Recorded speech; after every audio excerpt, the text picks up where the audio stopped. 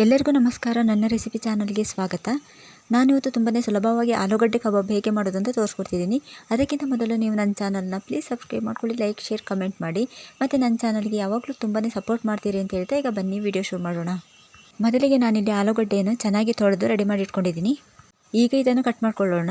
ನಿಮಗೇನಾದರೂ ಆಲೂಗಡ್ಡೆ ಸಿಪ್ಪೆ ಬೇಡ ಅಂತಂದರೆ ಸಿಪ್ಪೆ ತೆಗಿಬಹುದು. ಆದರೆ ನಾನಿಲ್ಲಿ ಸಿಪ್ಪೆ ತೆಗಿತಾ ಇಲ್ಲ, ಹಾಗೇನೆ ಮಾಡ್ಕೊಳ್ತಿದ್ದೀನಿ. ಇಲ್ಲಿ ಅರ್ಧ ಆಲೂಗಡ್ಡೆಯನ್ನು ತಗೊಂಡು ಅದನ್ನು 4 ಪೀಸ್ಗಳನ್ನಾಗಿ ಮಾಡ್ಕೊಳ್ಬೇಕು. ನಾನಿಲ್ಲಿ ಸ್ವಲ್ಪ ಸಣ್ಣ ಸೈಜಿನ ಆಲೂಗಡ್ಡೆಯನ್ನು ತೊಗೊಂಡಿದ್ದೀನಿ, ಹಾಗಾಗಿ ಈ ರೀತಿ ಕಟ್ ಮಾಡ್ಕೊಳ್ತಾ ಇದ್ದೀನಿ. ಮತ್ತು ನಿಮಗೆ ಹೇಗೆ ಇಷ್ಟನೋ ಹಾಗೆ ಕಟ್ ಮಾಡ್ಕೊಳ್ಳಿ. ಕಬಾಬ್ ಮಾಡ್ಕೊಳ್ತಿರೋದ್ರಿಂದ ಸ್ವಲ್ಪ ದೊಡ್ಡದಾಗಿ ಕಟ್ ಮಾಡಿಕೊಂಡ್ರೆ ಚೆನ್ನಾಗಿರುತ್ತೆ. ಈ ರೀತಿ ಕಟ್ ಮಾಡ್ಕೊಳ್ಳೋಕ್ಕೆ ಇಷ್ಟ ಇಲ್ಲ ಅಂತಂದರೆ ಉದ್ದ ಪೀಸ್ಗಳನ್ನಾಗಿ ಮಾಡ್ಕೊಳ್ಬೋದು. ಹಾಗೆಯೇ ತುಂಬಾ ಸುಲಭವಾಗಿ ಮಾಡ್ಕೊಳ್ಬೋದು. ಈಗ ನೋಡಿ, ಇದನ್ನೆಲ್ಲವನ್ನು ಕಟ್ ಮಾಡ್ಕೊಂಡು ಆಯಿತು. ಮತ್ತು ಇನ್ನೊಂದು ಆಲೂಗಡ್ಡೆಯನ್ನು ತಗೊಂಡು ಉದ್ದವಾಗಿ ಹೇಗೆ ಕಟ್ ಮಾಡ್ಕೊಳ್ಳೋದು ಅಂತ ಕೂಡ ತೋರಿಸ್ತಾ ಇದ್ದೀನಿ. ನಿಮಗೇನಾದರೂ ಸಣ್ಣದಾಗಿ ಕಟ್ ಮಾಡ್ಕೊಳ್ಳೋಕ್ಕೆ ಇಷ್ಟ ಇಲ್ಲ ಅಂತಂದರೆ ಈ ರೀತಿ ಆದರೂ ಕಟ್ ಮಾಡ್ಕೊಳ್ಬೋದು. ನಾನಿಲ್ಲಿ ತೋರಿಸ್ತಿದ್ದೀನಿ ನೋಡಿ, ಹೀಗೆ ಕಟ್ ಮಾಡಿ ಕಬಾಬ್ ಮಾಡ್ಕೊಳ್ಬೋದು. ಆಲೂಗಡ್ಡೆ ಕಬಾಬ್ ಮಾಡಲಿಕ್ಕೆ ನೀವು ಈ ರೀತಿ ಆದರೂ ಕಟ್ ಮಾಡ್ಕೊಳ್ಬೋದು. ಇಲ್ಲಾಂತಂದರೆ ನಾನು ಮೊದಲೇ ತೋರಿಸಿದ ಹಾಗೆ ಸಣ್ಣದಾಗಿ ಬೇಕಾದರೂ ಕಟ್ ಮಾಡ್ಕೊಳ್ಬೋದು. ಈಗ ನೋಡಿ, ಪೂರ್ತಿಯಾಗಿ ಕಟ್ ಮಾಡ್ಕೊಂಡಾಯಿತು. ಕಟ್ ಮಾಡ್ಕೊಂಡಾದ ನಂತರ ಒಂದು ಪಾತ್ರೆಯನ್ನು ತಗೊಂಡು ಕಟ್ ಮಾಡಿ ಇಟ್ಕೊಂಡಿರುವ ಆಲೂಗಡ್ಡೆಯನ್ನು ಹಾಕ್ಕೊಳ್ಬೇಕು.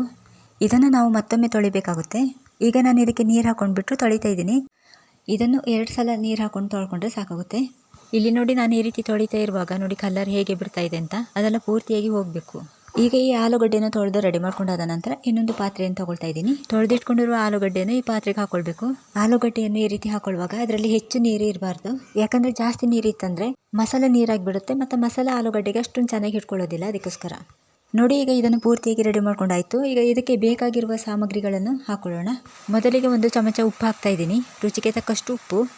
ಇದಾದ ನಂತರದಲ್ಲಿ 2 ಚಮಚ ಆಗುವಷ್ಟು ಅಚ್ಕಾರದ ಪುಡಿ ಹಾಕ್ತಾ ಇದ್ದೀನಿ. ಮತ್ತು ಮನೆಯಲ್ಲಿ ಮಾಡ್ಕೊಂಡಿರುವಂಥ ಕೊತ್ತಂಬರಿ, ಜೀರಿಗೆ, ಕಾಳುಮೆಣಸು ಪುಡಿಯನ್ನು 1 ಚಮಚ ಹಾಕ್ಕೊಳ್ತಿದ್ದೀನಿ. ನಾನಿಲ್ಲಿ ಇದಕ್ಕೆ ಕಾಳುಮೆಣಸು ಸೇರಿಸಿರೋದ್ರಿಂದ ಖಾರ ಸ್ವಲ್ಪ ನೋಡ್ಕೊಂಡು ಹಾಕ್ಕೊಳ್ಬೇಕಾಗುತ್ತೆ. ಮತ್ತು ಇದಕ್ಕೆ 1 ಚಮಚ ಕಾರ್ನ್ಫ್ಲೋರ್, 1/4 ಚಮಚ ಅರಿಶಿನ ಪುಡಿ ಹಾಕ್ಕೊಳ್ತಿದ್ದೀನಿ. ಮತ್ತು ಕೊನೆಯದಾಗಿ ಇದಕ್ಕೆ ಸ್ವಲ್ಪ ನಿಂಬೆ ರಸ ಸೇರಿಸ್ಕೊಳ್ತಿದ್ದೀನಿ. ಇದಿಷ್ಟನ್ನು ಹಾಕೊಂಡಾದ ನಂತರ ಇದೆಲ್ಲವನ್ನು ಒಂದು ಸಲ ಚೆನ್ನಾಗಿ ಮಿಕ್ಸ್ ಮಾಡ್ಕೊಳ್ಬೇಕು. ಮತ್ತು ಇದಕ್ಕೆ ಎಲ್ಲೂ ನೀರು ಸೇರಿಸ್ಕೊಳ್ಬಾರ್ದು, ಹಾಗೆಯೇ ಮಿಕ್ಸ್ ಮಾಡ್ಕೊಳ್ಬೇಕು. ಮತ್ತು ನಿಮಗೆ ಬೇಕಂತಂದರೆ ಕಬಾಬ್ ಪೌಡರ್ ಸೇರಿಸ್ಕೊಳ್ಬೋದು. ಹಾಗೆಯೇ ಶುಂಠಿ ಬೆಳ್ಳುಳ್ಳಿ ಪೇಸ್ಟ್ ಕೂಡ ಸೇರಿಸ್ಕೊಳ್ಬೋದು. ನಾನಿಲ್ಲಿ ಶುಂಠಿ ಬೆಳ್ಳುಳ್ಳಿ ಪೇಸ್ಟ್ ಹಾಕ್ಕೊಳ್ತಾ ಇಲ್ಲ, ಯಾಕಂದರೆ ಮಸಾಲ ಸ್ವಲ್ಪ ನೀರಾಗಿ ಬಿಡುತ್ತೆ. ಹಾಗಾಗಿ ಬೇಕಂದರೆ ಸೇರಿಸ್ಕೊಳ್ಬೋದು. ಮತ್ತು ಇದಕ್ಕೆ ಮಸಾಲ ಚೆನ್ನಾಗಿ ಹಿಡಿತಿಲ್ಲ ಅಂತ ನೀರು ಸೇರಿಸ್ಕೊಳ್ಳೋಕೆ ಹೋಗಬಾರ್ದು. ನಾವು ಈ ರೀತಿ ಮಿಕ್ಸ್ ಮಾಡ್ತಿರುವಾಗಲೇ ಆಲೂಗಡ್ಡೆಯಲ್ಲಿರುವ ನೀರೆಲ್ಲ ಬಿಟ್ಕೊಳ್ಳುತ್ತೆ.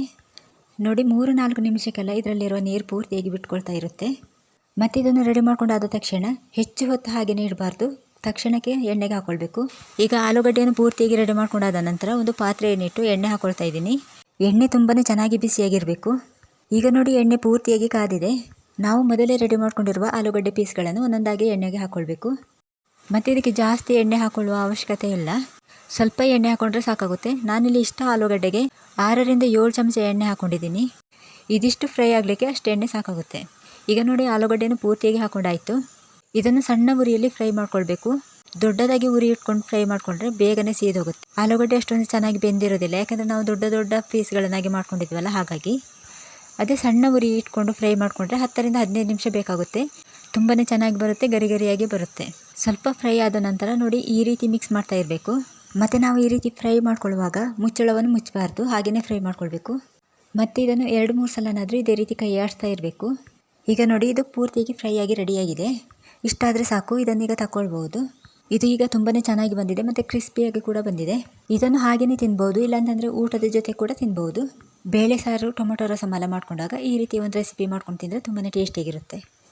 ಈಗ ಇದನ್ನೊಂದು ಪ್ಲೇಟಿಗೆ ಹಾಕ್ಕೊಳ್ಳೋಣ. ಮತ್ತು ಇದಕ್ಕೆ ಹೆಚ್ಚು ಸಾಮಗ್ರಿ ಇಲ್ಲದೆ ತುಂಬಾ ಸುಲಭವಾಗಿ ಮಾಡ್ಕೊಳ್ಳುವಂಥದ್ದು. ಮತ್ತು ಇದನ್ನು ತಿನ್ನೋದಕ್ಕಿಂತ ತುಂಬಾ ಟೇಸ್ಟಿಯಾಗಿರುತ್ತೆ. ನೀವು ಕೂಡ ಈ ರೆಸಿಪಿಯನ್ನು ಮನೆಯಲ್ಲೊಮ್ಮೆ ಟ್ರೈ ಮಾಡಿ. ಈಗ ಬಿಸಿ ಬಿಸಿಯಾದ ಮತ್ತು ಕ್ರಿಸ್ಪಿಯಾದ ಆಲೂಗಡ್ಡೆ ಕಬಾಬ್ ರೆಡಿ ಆಯಿತು. ಈ ಸುಲಭ ರೆಸಿಪಿಯನ್ನು ನೀವು ಕೂಡ ಮನೆಯಲ್ಲೊಮ್ಮೆ ಮಾಡ್ಕೊಂಡು ತಿನ್ನಿ, ನಿಮಗೂ ಕೂಡ ಖಂಡಿತವಾಗಿ ಇಷ್ಟ ಆಗ್ಬೋದು ಅಂದ್ಕೊಳ್ತೀನಿ. ಇದನ್ನು ಆಲೂಗಡ್ಡೆ ಯಾರು ತಿನ್ನೋದಿಲ್ಲ ಅವರು ಕೂಡ ಇಷ್ಟಪಡ್ತಾರೆ, ಮತ್ತು ಮಕ್ಕಳಿಗಂತೂ ತುಂಬಾ ಇಷ್ಟ ಆಗುತ್ತೆ. ಇದಾಗಿತ್ತು ನನ್ನ ಇವತ್ತಿನ ರೆಸಿಪಿ. ನಿಮಗೆ ಇಷ್ಟ ಆಗಿದ್ದರೆ ಪ್ಲೀಸ್ ಸಬ್ಸ್ಕ್ರೈಬ್ ಮಾಡಿ, ಲೈಕ್ ಕೊಡಿ. ವಿಡಿಯೋ ಇಷ್ಟ ಆದರೆ ಶೇರ್ ಮಾಡಿ, ಕಮೆಂಟ್ ಮಾಡಿ.